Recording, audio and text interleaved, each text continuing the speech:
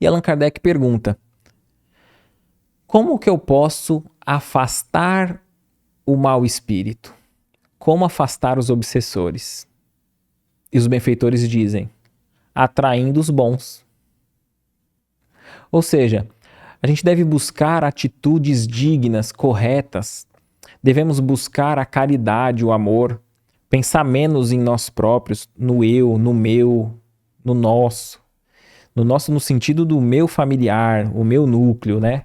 E sim no nosso quanto comunidade, pensando um pouco mais nos outros, naqueles que necessitam de ajuda. Esses dias, a Isabel Salomão, lá de Minas Gerais, ela completou 100 anos e tem um projeto muito lindo lá, a Casa do Caminho. E ela descreve num documentário que ela estava ali, comendo, almoçando com seu marido, com seus filhos, né, as crianças, e o benfeitor dela, né, ela médium, o benfeitor dela chegou e disse: ó, muito bonita, minha irmã, sua família estão aqui comendo, se alimentando, mas que tal pensar nos filhos da humanidade, nos filhos dos outros, que também não têm o que comer, que as famílias em desequilíbrio não têm esse momento que você está tendo. Então ela ampliou e foi desenvolvendo um projeto social de acolhimento das crianças, dos jovens, um trabalho muito bonito que segue até hoje.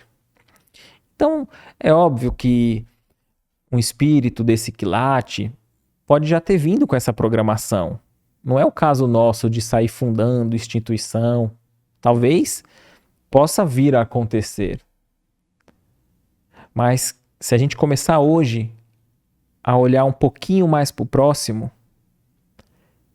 a gente já vai, no mínimo, auxiliar a nós e ao nosso obsessor. Porque a melhor forma de desobsessão é a desobsessão dos nossos obsessores. Porque aquele espírito que me encontrou, eu fiz um mal para ele em outra encarnação, ele me encontrou nessa existência, ele vem ferrenho para se vingar. Não, encontrei agora, ele é egoísta, vaidoso, fez o mal para mim e tal. Só que ele sempre vai nos encontrar orando, fazendo bem, perdoando, sem falar mal de ninguém. O próprio espírito, a onda de amor é muito mais forte do que a onda de ódio. O amor tem mais força do que o ódio. E ele vai se impactar. E nós seremos um bom exemplo para os encarnados, para aqueles que nos cercam e para esses espíritos em desequilíbrio. Que ele já vai, não vai, ele vai nos reconhecer como espírito, mas na hora de se vingar vai falar: mas ele já não é o mesmo. Ele não é aquele que causava o mal. E possivelmente ele vai partir, vai cuidar de outra coisa.